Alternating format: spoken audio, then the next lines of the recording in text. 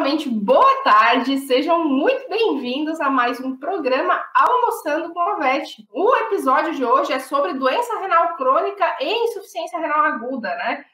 Como diferenciar essas duas condições clínicas, que não é uma missão simples, fácil, mas que a gente vai simplificar aqui com vocês. Antes de falar em aspectos diagnósticos e também em terapêutica, que a gente vai comentar um pouco aqui hoje, eu acho importante nós lembrarmos de definições, tá? Então, a DRC, que está no título da aula, né, significa doença renal crônica. Quando eu estava na graduação, gente, eu aprendi outro termo para a mesma doença, que era insuficiência renal crônica. Foi bem na época que estava mudando a terminologia. Então, antigamente, se falava insuficiência renal crônica geralzão, e aí ela poderia ser aguda, né? Insuficiência renal poderia ser aguda ou crônica. E hoje o termo mais correto, primeiro para a gente trazer as definições aqui, é DRC, significa doença renal crônica, tá? Então, o primeiro ponto são as definições. DRC é doença renal crônica, IRA significa injúria renal aguda. Esse também é um termo bastante confundido, questionável, porque mudaram as terminologias nos últimos tempos. Então, o termo mais correto para o quadro de doença renal aguda, atualmente, é injúria renal aguda. O paciente que sofre uma injúria renal aguda, ele pode estar com insuficiência renal aguda ou não. Esse é um ponto, tá? Então, a gente já vai falar mais em etiologia de cada condição, tanto para DRC quanto para IRA, só para a gente se localizar aqui nesses termos, tá? Outro ponto importante que é importante lembrar, né? Tem muitos VETs formados aqui nos acompanhando, mas eu vou detalhar um pouco essa parte de definição, porque mesmo para quem já está formado pode confundir, principalmente porque as terminologias mudam, né? Mas azotemia e uremia, que era a segunda definição que eu queria trazer, ela não mudou. Tá? Então, azotemia significa acúmulo de compostos nitrogenados no sangue, tá? E aí já vem uma dúvida bastante comum, que é se para ter azotemia precisa ter aumento de ureia e creatinina. Eu já vou deixar essa pergunta aqui no ar.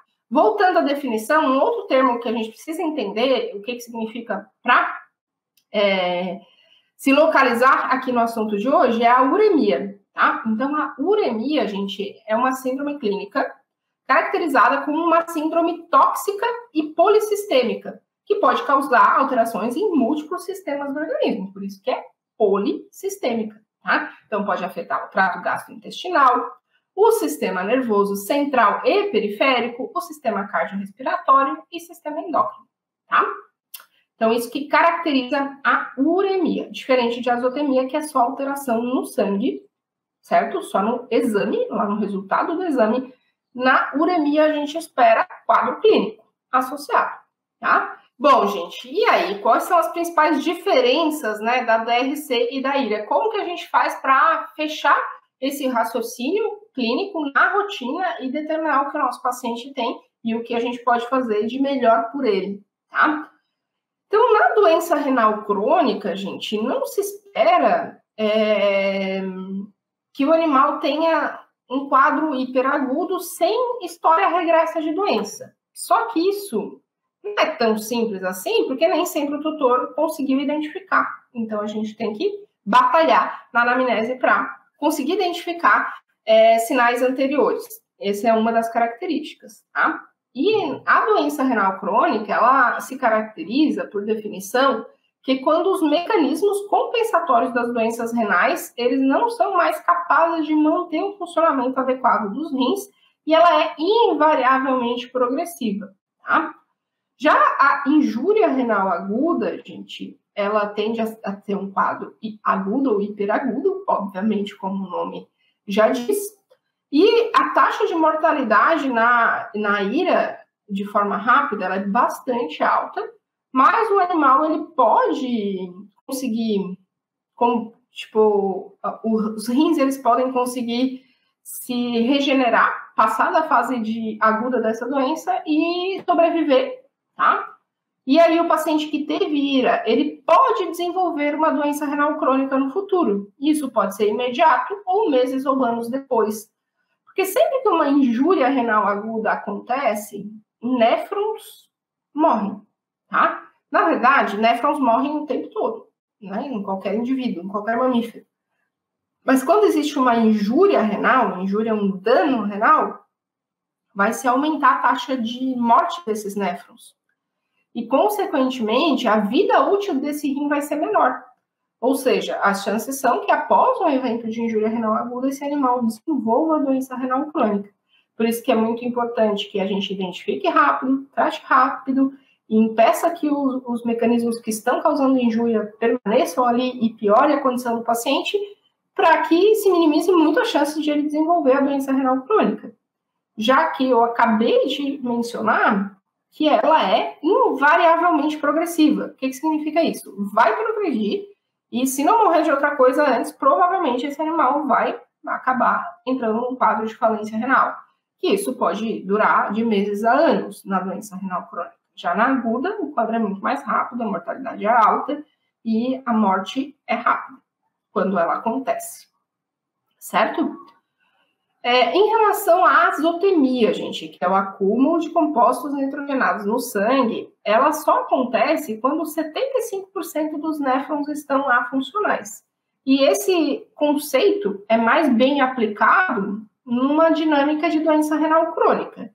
Porque na injúria renal aguda e na agudização da doença renal crônica, nós podemos ter fatores pré-renais que vão interferir nesse aumento de ureia e creatinina que caracteriza a azotemia, tá?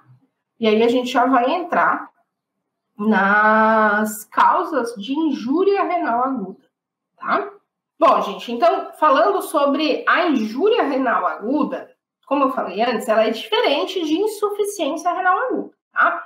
Insuficiência renal aguda é quando a gente já tem presente uma azotemia, tá? De origem renal, quando o fator pré-renal já foi corrigido, tá? Que raios é esse fator pré-renal? E aí eu preciso entrar nas causas de injúria renal aguda, tá? Didaticamente e na rotina clínica, as causas de injúria renal aguda são pré-renal, renal e pós-renal, tá? A pré-renal, gente, o que pode causar injúria renal aguda de origem pré-renal, tá? Basicamente, hipoperfusão renal. Então, o que pode levar à hipoperfusão renal?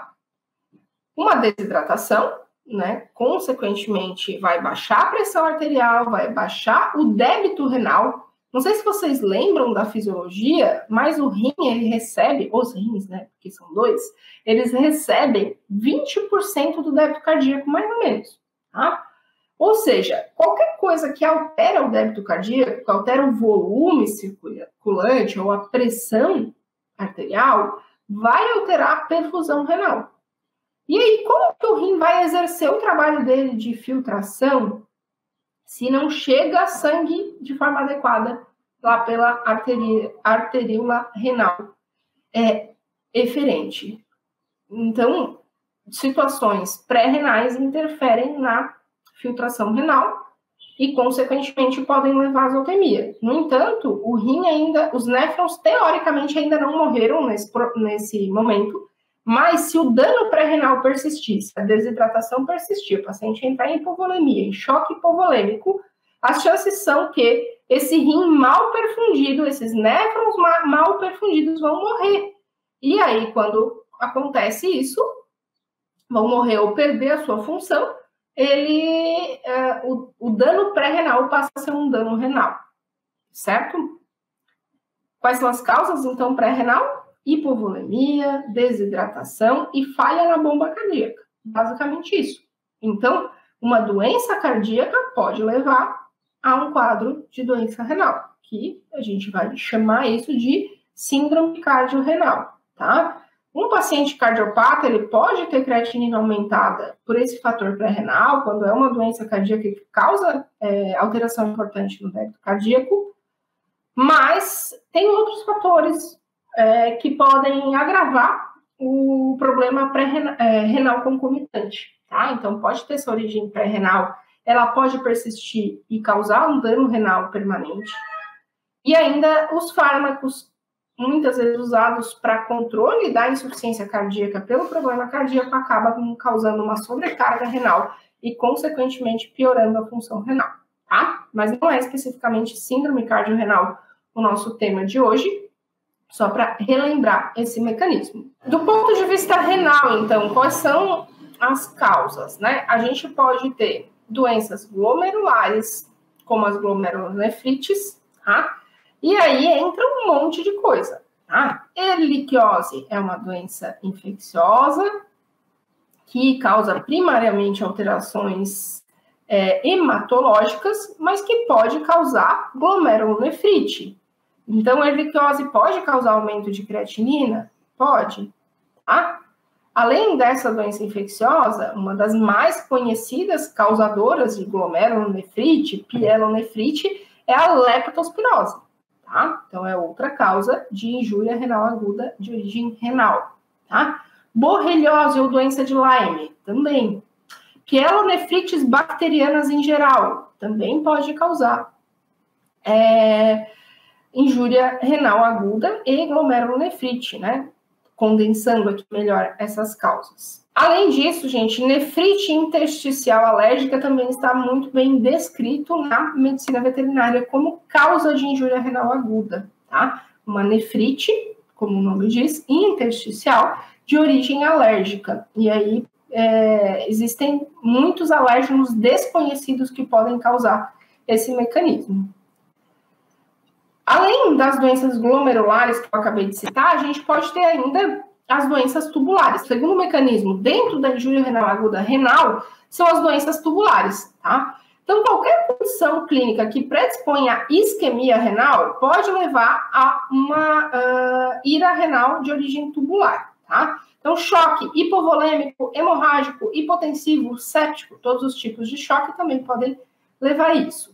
Tamponamento cardíaco, a desidratação grave que eu acabei de falar, anestesia profunda sem controle adequado da volemia, da perfusão tecidual e da pressão arterial pode ser uma causa de injúria renal, né? E aí, aqui daria pano para manga para discutir, mas protocolos de anestesia injetável sem uma monitoração adequada são sabidamente potenciais causadores desse dano renal. Hiperviscosidade sanguínea, gente. Um paciente com policitemia verdadeira, né? Não policitemia relativa, transitória por uma desidratação. Isso pode causar um dano renal tubular, tá? Trombose das artérias renais, que na nossa rotina não é tão comum, mais comum em humanos, mas também acontece, tá? E distúrbio hemodinâmico renal causado por medicamentos, tá? Eu já presenciei muitos casos de pacientes que tiveram uma injúria renal aguda por uso de anti-inflamatórios não esteroidais. Além disso, tem uma outra classe de fármacos, que são os inibidores da enzima conversora de angiotensina, os inibidores da ECA, que também podem causar uma injúria renal aguda, tá? Principalmente porque eles podem alterar a pressão de perfusão renal, tá? Causando dano tubular, que é o que a gente está vendo aqui, certo? Além disso, a gente tem as nefrotoxinas, né? Qualquer nefrotoxina pode causar um dano renal tubular, que é chamado de injúria renal aguda ou lesão renal aguda tóxica. Então, na injúria renal aguda, gente, o que em geral a gente vai identificar na anamnese, tá? Histórico regresso que indique eventos potenciais causadores de isquemia ou nefrotoxicidade, tá? Então, por exemplo, o animal passou por uma anestesia recente, foi atropelado, teve um quadro de gastroenterite e desidratou. Qualquer coisa que possa causar isquemia renal ou acesso às nefrotoxinas, né? Na IRA, é normal, o comum é o hematócrito estar normal ou aumentado, e na doença renal crônica, anemia regenerativa, tá? Na IRA, os rins podem estar aumentados ou normais. Isso a gente vai ver principalmente no ultrassom, mas você pode perceber também no exame clínico, tá? Na doença renal crônica, é esperado alterações na morfologia renal, rins pequenos e irregulares com alterações ultrassonográficas, tá? Na IRA, hipercalemia e oligúria são comuns, e na doença renal crônica, hipocalemia ou normal. E aí eu adiciono aqui que é comum a hiperfosfatemia, tá? Na IRA é comum a acidose grave, já na doença renal crônica, acidose metabólica discreta ou normal, e em quadros mais avançados pode ter acidose também, tá? Então não diferencia 100% aqui. Na IRA, é comum sedimento urinário ativo, tá? Já na urinálise, né? Na doença renal crônica, inativo. Na IRA, é comum boa condição corpórea, sem alterações na condição corpórea. Já na doença renal crônica, perda de peso ou já no estado de caquexia, tá? E em relação aos sinais de uremia, quando a gente tem uma DRC agudizada, o paciente pode apresentar sinais evidentes de uremia.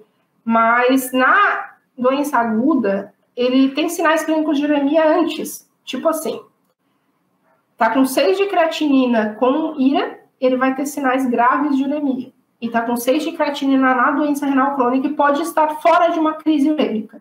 Essa seria a lógica. Então, gente, na interpretação da avaliação ultrassonográfica, eu recomendo que vocês tomem muito cuidado, porque eu já vi muita interpretação errada nesse sentido. Tipo, tem uma descrição lá no laudo radiográfico, como excreta perda de definição córtico-medular, alteração na definição córtico-medular. E só isso, na descrição, não caracteriza uma doença renal crônica. Além do mais, se for um Yorkshire, um Shih Tzu, um Lhasa, essas raças, elas têm uma arquitetura renal diferenciada, inclusive com anatomia ultrassonográfica diferenciada. Então, tomem cuidado ao classificar um paciente como doente renal baseado só nesse dado, tá? Perda de definição córtico-medular, só isso não caracteriza doença renal. Então, quais são as alterações? Tá? Aqui a gente tem um rim normal e aqui um rim com doença renal crônica, tá? Na doença renal aguda, na injúria renal aguda, o rim pode estar normal, como esse, ou ele pode estar aumentado. Essas são as principais alterações. Em quadros de nefrite, pode ter aumento da ecogenicidade da cortical, é isso que vocês podem ver no laudo radiográfico.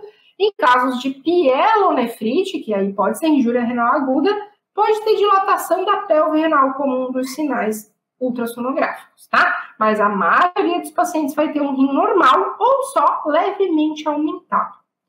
E esse aqui é um rim com DRC, tá? Então, normal, DRC. Tá? Então, aqui vocês podem... Era um paciente com praticamente o mesmo peso corporal, tá? Só para vocês terem ideia do tamanho aqui, como está reduzido, o formato está alterado, não tem mais uma definição córtico-medular adequada, tá? Então, alterações na morfologia, redução do tamanho renal, espessamento da cortical, hiperecogenicidade da cortical e perda de definição córtico-medular. Esses são os principais sinais aí associados à DRC, além de uma perda de arquitetura renal mesmo geral, tá? Seriam os principais sinais que vocês deveriam se atentar, beleza? Beijão, gratidão por todo mundo que acompanhou a aula aqui hoje, foi um prazer, gratidão.